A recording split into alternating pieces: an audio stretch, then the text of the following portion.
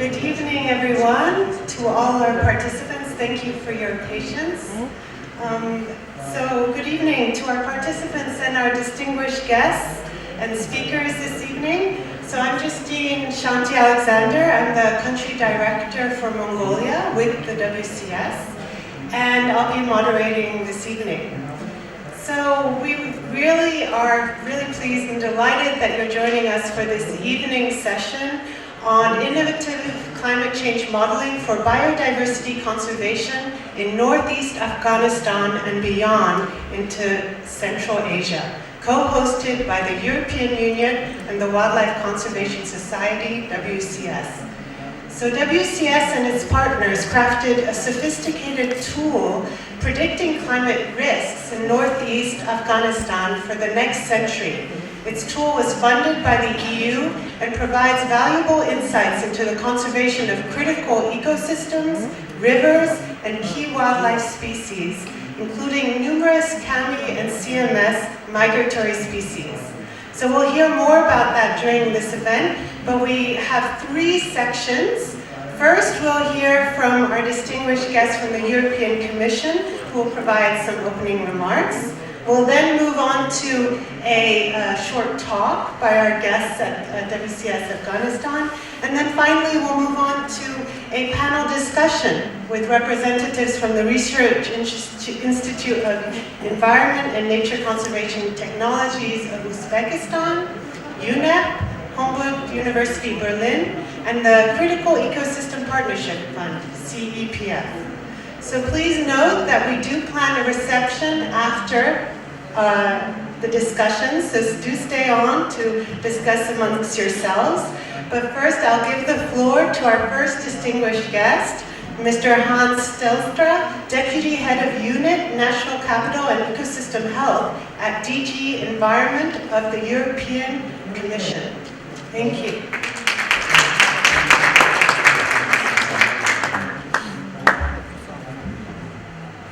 Thank you very much, Justine, for those words, and I'm very pleased that I can be with you here tonight. I have a bit of a timing issue in the sense that I'm supposed to be at the same time in the group dealing with the aquatic issues of the COP. So I'll very quickly be going back, which is not to be taken as a sign of disinterest, but I've counted on over there, so I will need to leave at some point. I just wanted to make a few points. The first one is that I hope that it goes beyond mentioning that the EU is very committed to the global climate and biodiversity objectives that the world has set itself in the last decade or so, I would say, since 2015, very prominently in Paris, and in 2022, I think it was for the global biodiversity framework. So we're very strongly committed to those global objectives, and that has a dimension at home. So within the EU, where we for the last 5 years have had a very green set of policies that we have developed on climate, evidently to do with mitigating climate and with energy efficiency and promoting renewables and such. And on the environment side, we've I think really started to seriously invest in the concept of nature restoration. I think we had a long tradition of nature conservation. We've now gone into nature restoration, and we've passed a piece of legislation that will oblige, if it gets passed, we're not entirely there yet, if it gets passed, it will oblige the member states to restore their degraded ecosystems, which is extremely important because those are the areas outside the officially protected areas that have a very important function, at least potentially, for nature and for biodiversity. So at home, I think we really accelerated over the last 5 years at least, and I think internationally we've also been focusing more and more on climate and biodiversity, and I would say that is that's a reflection of the commitments that we have taken at the end of the day with the Sustainable Development Goals and subsequently with the climate and biodiversity goals. And that has found, and I think rightly so, its reflection in the focus that we have for our international policy, and also in the cooperation, in the partnership partnerships that we develop around the world, including with this region of the world. So, and of course, these issues are very strongly interlinked, climate and biodiversity, and we also, of course, integrate elements of human development and health and security and migration. I mean, I think it's very difficult to have a serious project in any of these areas without touching on the other. So for us, it's not one or the other. For us, it's always a combination of those elements. Then this particular project that I'm very happy we are able to support goes into climate modeling. And climate modeling for me has been more or less the start of serious climate policy within the EU at least. It has been one of the first areas where we have really seriously started to model developments and try to develop trajectories into the future, which is an extremely useful tool, if you like, if you want to defend your policies, if you want to sketch out the cost and benefit and consequences and all that. But it also is a communication tool, and that's why I think this can really work in the area that you work in, and I read also that you took as a basis that you work around the river basin, and I think modeling for me has really those two elements. So on the one hand, your source of objective or relatively stable data for working into the future and to be able to assess developments, but also it hands you a set of tools that you can use in order to communicate with all the stakeholders that you will find, in this case, in your river basin or whatever unit you decide to work in. So I hope it's going to be, in that sense, a very successful project. And I would like to leave it at that, and I wish you really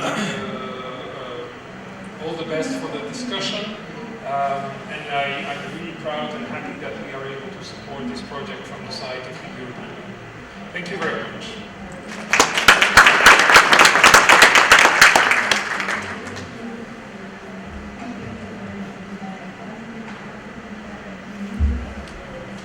So thank you so much, Mr. Stijstra, for your remarks on policy and modeling, but also all the support you've provided to this project throughout its process. So now we're going to go over to our main speaker, Mr. Sarosh from WCS Afghanistan. He's Senior Technical Advisor, and he'll be presenting on the climate change modeling tool. So over to you, Sarosh.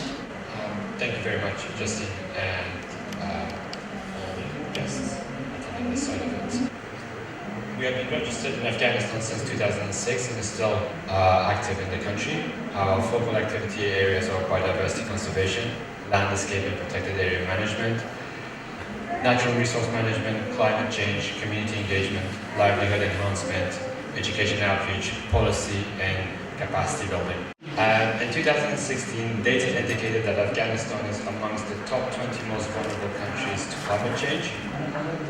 More than half of the country will have more than 5% decrease in winter precipitation in the next 30 years. The country is at phase 3 and 4 of food security and 7 on the Notre Dame Global Adaptation Index of countries most vulnerable and least prepared to adapt to climate change. In 2018, as part of the EU's long-standing interventions in the Panjwara River Basin, which is east of Afghanistan, developed a 46-month holistic action titled Addressing Climate Change through Sustainable Energy and Ecosystem Management. The basin covers 14% of areas of Afghanistan, and it is a vital source of water for millions of people, both in Afghanistan, Tajikistan, Uzbekistan, and Turkmenistan. The project targeted 16 districts across 3 provinces. Over 80% of the communities living in this landscape are dependent on natural resources for their livelihood. The basin is susceptible to climate-related natural hazards and registered among the highest level of poverty in the country. The project contributed to SDG 13 and SDG 15, as well as Afghanistan's climate change strategy and action plan, and the National Peace and Development Framework. As part of the project, WCS, together with our partners, including local government, institutions and communities, undertook a first of its kind climate vulnerability assessment of the river basin in Afghanistan. Most vulnerability assessments looked only at the climate impacts various sectors in isolation. However, our assessment with input from the ground looked in detail at the historical and anticipated changes across a wide range of sectors to account for their interlinked linkages and ultimately determine the most vulnerable places, sectors, including climate, natural hazard, ecosystems, hydrology, wildlife, and communities, as well as effective interventions for building climate resilience impacts. We have democratized access to the information by building an online platform called Adapt Afghanistan to ensure that data could still support climate adaptation efforts. The platform provides access to over 1,000 spatial data layers related to climate, natural hazard, ecosystem, biodiversity, hydrology, and local community. It allows users to visualize data for targeted implementation of activities. Here we are visualizing the green vegetation trends within rangelands from 2001 to 2010 at high spatial resolution, where the brown areas indicate greater losses and the greener areas indicate greater gains in vegetation cover over the last 20 years. It also allows users to compare layers. For example, here we are showing snow leopard habitat suitability, where darker shades of green indicate areas of high suitability. The left of the line shows habitat suitability during the baseline period, and the right of the line shows suitability at the end of the century and the high emission scenario. As you can see, the habitat suitability for snow leopard is generally projected to change significantly over this time period. Another example of a layer compare tool. Here we are comparing mean annual water discharge, again with a baseline period on the left of the line and the mid-century baseline period on the left of the line and the mid-century high emission scenario on the right of the line. The blue color presents water availability and the red indicates sub-basins that have dried up. Majority of the sub-basins are dried at the mid-century basically. So as you can see, majority of the basins are drying up by the mid-century. The result of this work has supported local communities, including women and youth, in the development of 24 localized management plans to increase their ecosystem resilience to cope with the current and future climatic shocks. The platform is accessible in a wide range of languages, including English, Dari, Pashto, French, and Spanish, and it is adaptable and scalable, making it a viable tool for future interventions beyond Afghanistan and Central Asia.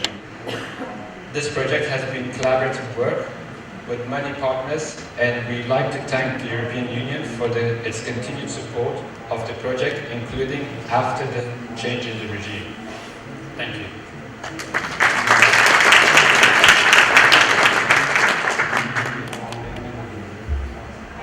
And I think everyone appreciated seeing it twice because it was fascinating to see those changes and those differences.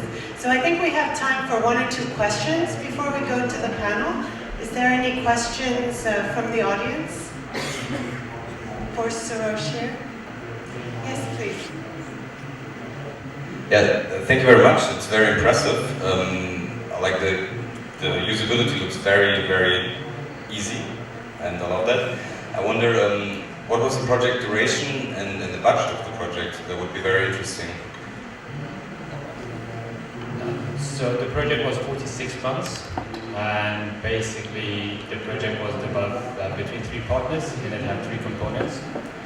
So this was a very small component of the project. and therefore it was a very small amount for this project as well. All right, I'll talk later. Thanks. Any other questions from the audience? Yes, please go ahead. Chris, Caroline.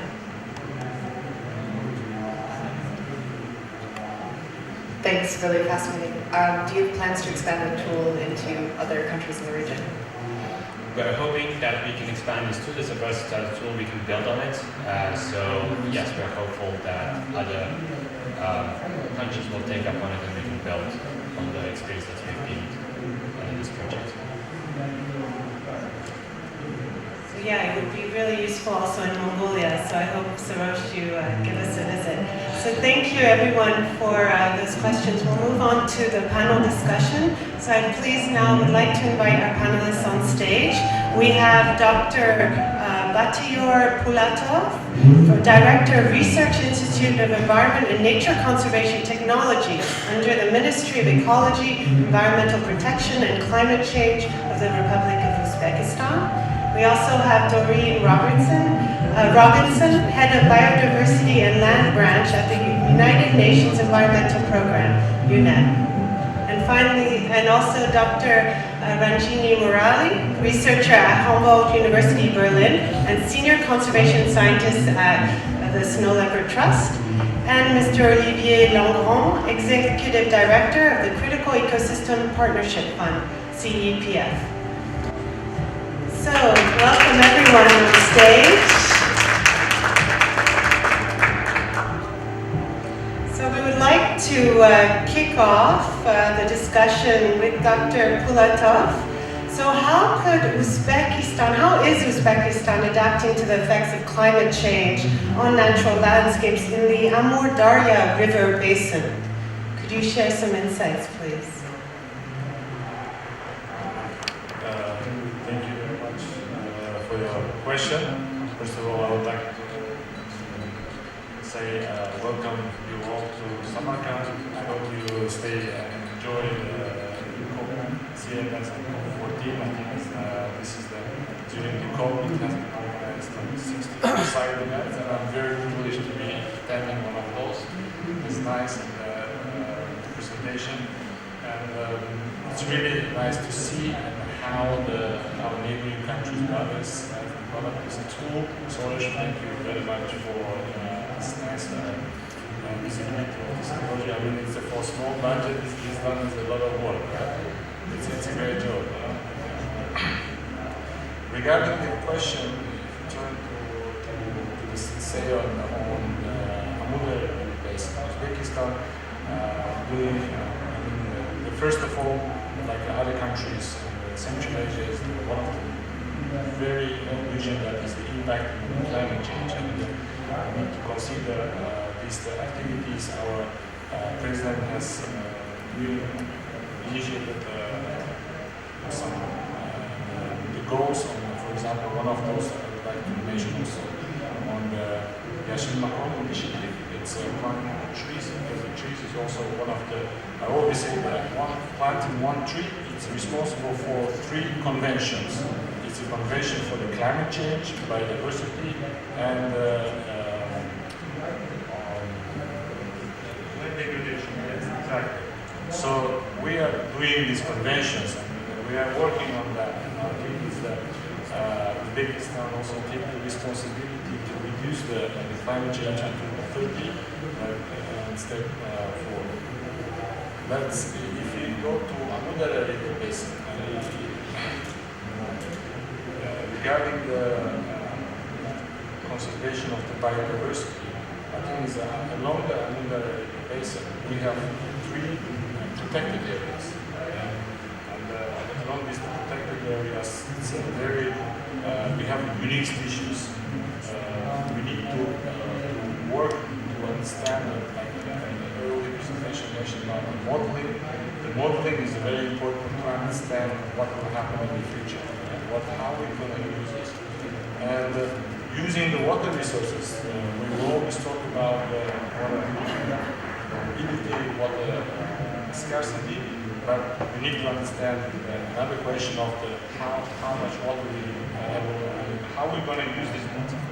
This is the first important thing that we need to understand. And the modeling shows how we could adapt it to the climate changes.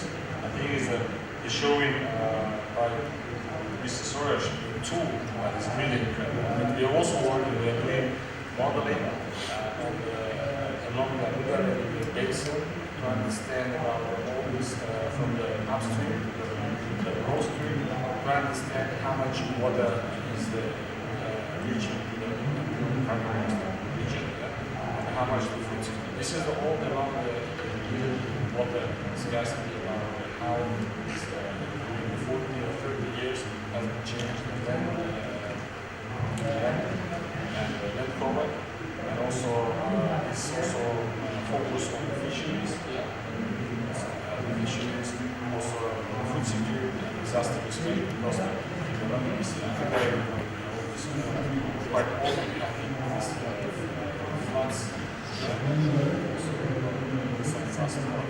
I think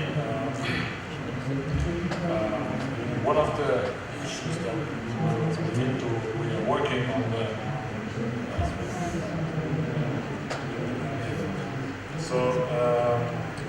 what I was saying that our research institute is really has the different directions of working the biodiversity, climate change, land restoration, water pollution, water resource management, air pollution.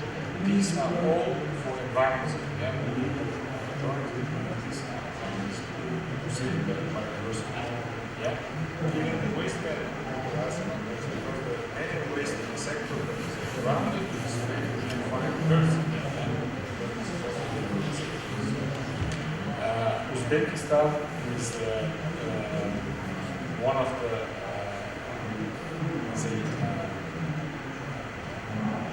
has accepted several strategies on secure wetlands, strategy on the water management, and also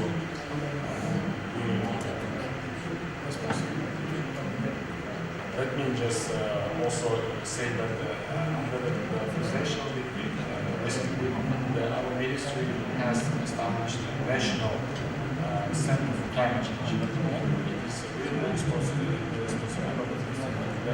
work together with all agencies and ministries to work together to develop this center and so on. So just to say that the adaptation of efforts of Uzbekistan on the basic is extremely for us is important, and it's to be done with a holistic approach. So what I think is could be done along this how the land regulation, biodiversity losses could be studied and research in this area. It's very crucial because we have a problem, which is that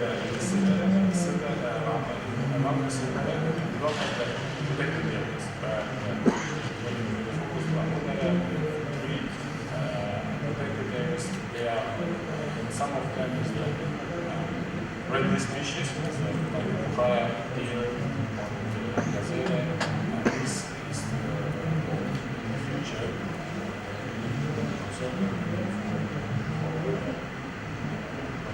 Using this kind of modeling to possibly save these areas. So, some of my thoughts about this. Yes, thank you very much. Thank you, Dr. Shedding some light, as it's obviously very complex, but similar issues related to rivers and water and people, sharing landscape. So to building on that and different conservation initiatives, Ms. Robinson, could you elaborate on the policy level outputs on climate change and how a recent project by UNEP might be implementing related to policy and thinking of climate change? Thank you so much. I'm going to answer the question I want to answer, which is first starting from UNEP's approach to policy. And I think the first point is I think we so often in the environment sector start from defining the problem very narrowly within our sector. And I think at UNEP what we're trying to do is have fit-for-purpose policy that really gets at a certain amount of core principles. What is good policy? So I will get to the technical aspects, but I think fit-for-purpose, we don't think about it enough. It has to be technically sound. It's based on the best evidence and science, but it also has to be politically savvy. It has to be relevant to the dominant political economy considerations and what the decision makers care about. Not what we care about in the environment sector. Sometimes it's about what others care about. And lastly, it has to be imminently implementable. So it has to be context relevant. It has to be appropriate to scale. We've all heard this, but this is where the principles in the conventions we just mentioned about whole of society becomes so important. Decision-making and subsidiarity principles devolve decision-making on policies down to the lowest level that you possibly can. And then lastly, policy with the right connections. We've already heard in the presentations just in a short time about climate strategies, and there's NBSAPs and NDCs and NAPs, and there's a whole range of development of water and river basins. It's overwhelming for anyone to figure out how to make decisions. So how do we make this coherent? How do we, and the first step is getting out of environment silos and getting into a more development-oriented space. So we have two major activities in Central Asia. One, Vanishing Treasures, is in Kyrgyzstan and Tajikistan, and then our Central Asian Mammals and Climate Adaptation Project also includes Kazakhstan. And I think just to very quickly highlight some of the things we're doing with those policy principles in mind. The first is, we work at the local level, and it's everything from we are also using species vulnerability assessments to come up with species-specific management plans, but also pasture management plans, working with local communities, and tying that into the kind of policies that are needed for landscape management in these countries. The second is that we're using different tools of targeted scenario analysis, which is really looking more at market transformative adaptation investments. So that is really taking into the water, the alternative livelihood space, but making sure that these things are actually in line with what the financial, what the market policies are saying, etc. And then the third one is what we're doing regionally. And that includes some policy outcomes we're expecting to have on defining eco-corridors. Earlier today, there was a launch on the Ecological Connectivity Partnership. But what does that actually mean in real space and time for countries in certain contextually specific elements?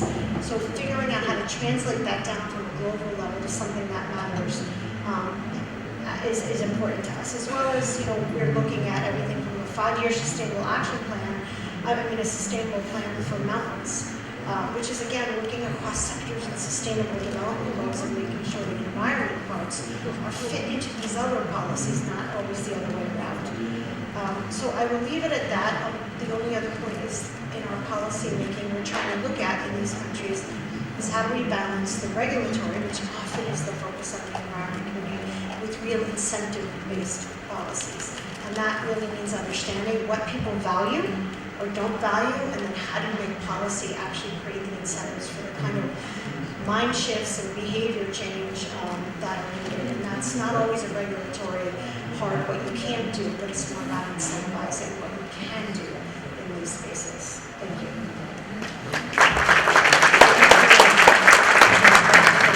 For those insights. We look forward to seeing these being put into practice. They sound really promising in the region and learning from them. I hope you will share more of these insights as they come about. So now I'm going to move over to Dr. Murali.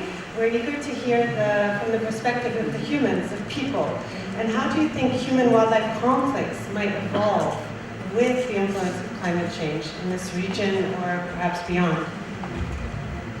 Thanks so much.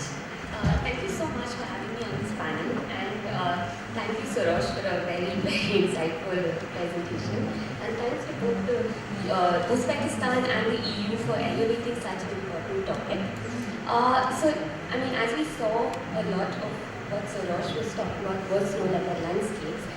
that extends from Afghanistan into Central Asia and the high Himalayas. And across snow leopard landscapes, both people and snow leopards share space. And what that essentially means is that they're going to be sharing resources as well. And with climate change, a lot of these resources like water and already heard are going to be impacted. And that means that there's going to be an increase in conflicts. Right? So when it comes to conservation, we really need to be thinking about where and how are we going to be focusing our conservation efforts. And if we think about the where, we start perhaps like the impacts of climate change are not going to be homogeneous across the landscape. And I think as we saw also in Soros's tool that he showed us just now, there are going to be areas where there's going to be water and there's going to be areas where there's going to be pasture, but there's also going to be areas which don't have such resources. And these areas that have resources become climate refuges, which are going to be used by both people and wildlife. And that's going to be increasing not just human-wildlife conflict, but also human-human conflicts. Right? So understanding these hotspots of conflict are really important to understand where we need to be focusing our conservation efforts. And I think Soros's tool, the WCS tool, is a very cool tool to help us identify where our focus needs to be. Right? So then coming to the second aspect, how do we focus on climate interventions? And climate intervention is complicated because we need to factor in the social, economic and ecological aspects of the system. So to illustrate with an example, pastoral communities are very common across snow leopard landscapes. And very often when we think about climate adaptation strategies, we're thinking about alternative livelihood strategies to reduce dependency purely on livestock and to increase resilience of social ecological systems.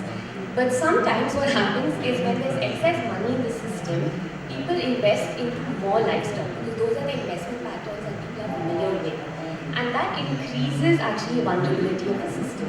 So in situations like that, we need not just be thinking about increasing, different livelihood options, but we also need to be thinking about how are people investing, where are they investing, how can we change such investment patterns, right? Can we have alternative investment model in pastoral systems? And often it doesn't very well align if we're thinking with conservation. So that's one such example.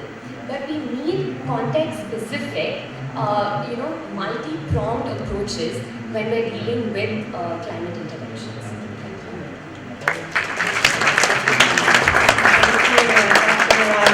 For bringing it back to people and also linking with investments, because now we're going to someone who knows a lot about investments from CEPF. So a question over to you, to Mr. Olivier Lagrand. How is CEPF integrating the overarching climate threat into their investments in Central Asia? So thank you very much, and good evening, everyone. And thank you to WCS for giving the floor to CEPF. So CEPF is a fund that is dedicated to conserve biodiversity in the biodiversity hotspot, but through the reinforcement of civil society organizations. So we are not the one implementing the project, we are providing the funding for civil society to undertake these, to implement these projects. In the past 23 years, we have invested $300 million to support over 2,700 different civil society organizations in 112 countries. So it's a global program focusing on the biodiversity hotspots. One of these hotspots is here, in the mountains of Central Asia. It's 7 countries, and we made grants in the 6 actually of these 7 countries. And one, Afghanistan has been suspended for the time being, but we hope to be able to come back. We made an investment of $7.5 million in the countries of Central Asia. We started in 2019.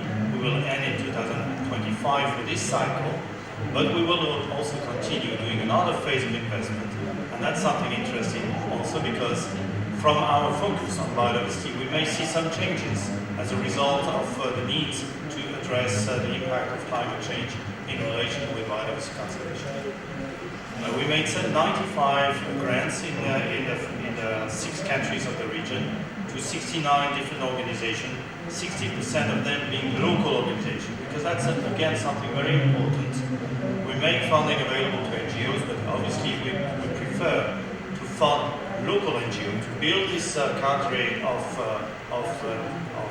local society that are, leading the charge against the erosion of biodiversity. So here in the Levante and Central Asia, we had 4 areas of 4 focus. One is improving management of key biodiversity areas.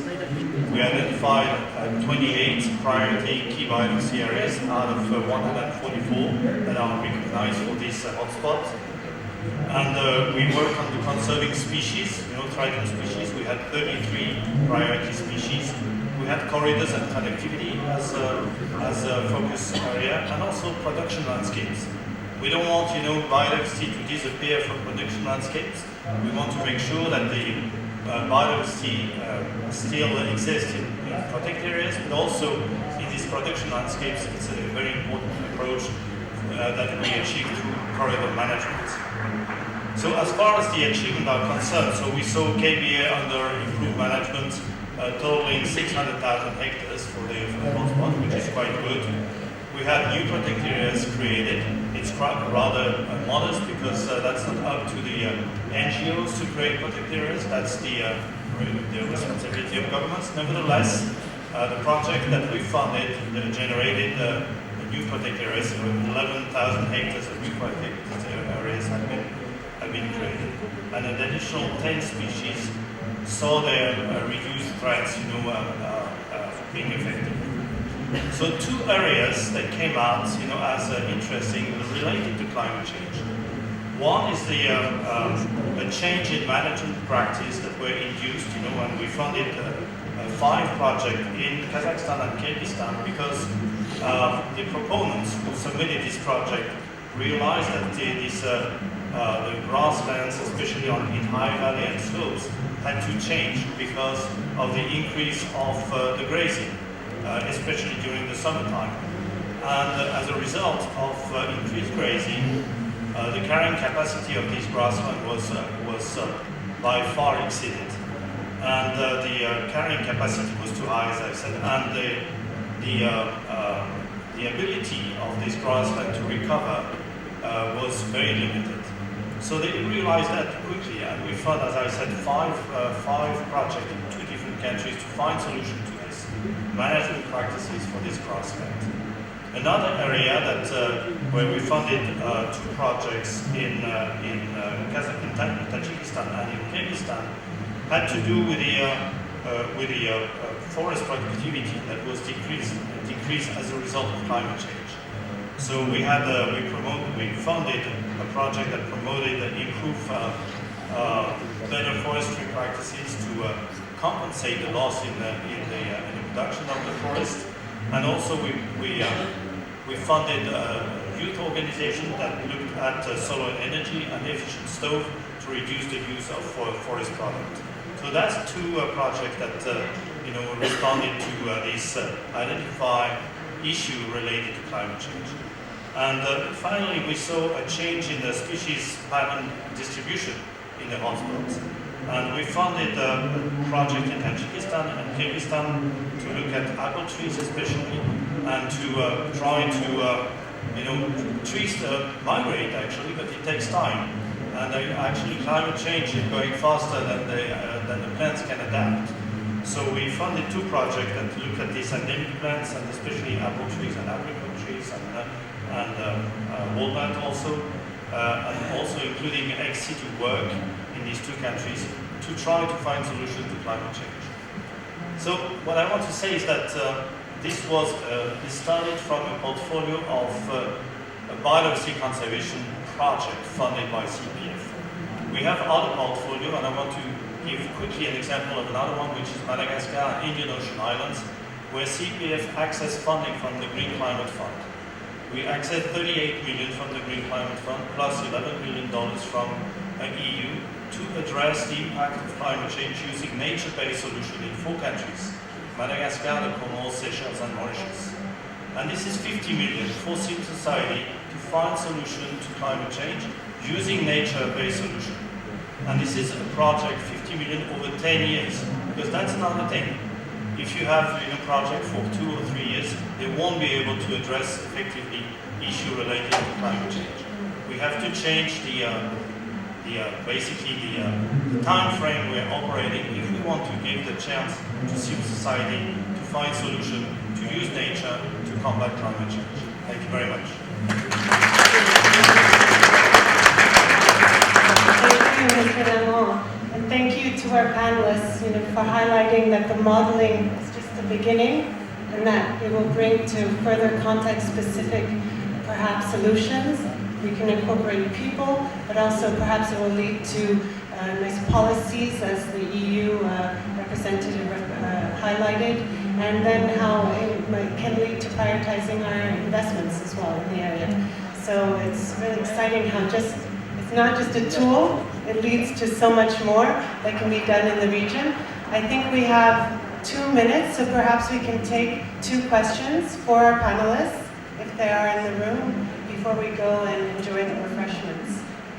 So anyone have any questions for our panelists? Okay, I think everyone is eager to, yeah, go Can I ahead. ask the question? For all of you, you talked about several aspects of the centralization of funding. What is your plan for the future? Projects is missing, Afghanistan, and this city. So do we have any plans for Uzbekistan? Thank you. As I say, CPF responds to the needs expressed by civil society organizations. So for the next phase of investment that will start after 2025, we will do a consultation of civil society organizations, governments, and private sector, where we will define the strategic areas where CPF will invest. And I'm sure that climate change will come out very strongly. And all the 7 countries, or 6 countries of the hotspot, because China is difficult to make grants to civil society in Western China. So the 6 countries that will be under consideration, I'm sure, will present very interesting issue related to climate change that could be answered by civil society organizations. Thank you. So we'll wrap up the event. So huge thank you to our distinguished guests for joining us and sharing about their work and the potential of this work, and to Sarosh for sharing the tool. I think it's freely available online, so please do check it out or talk to him. We have refreshments outside, so please go ahead and enjoy it. And I think there'll be a technical report soon available about this event if you're interested in finding out more. So I think that's all. We would like to just thank you, and please network. This is one of the last few events of CMS, so we hope that you network with each other and we can keep working together. Thank you very much.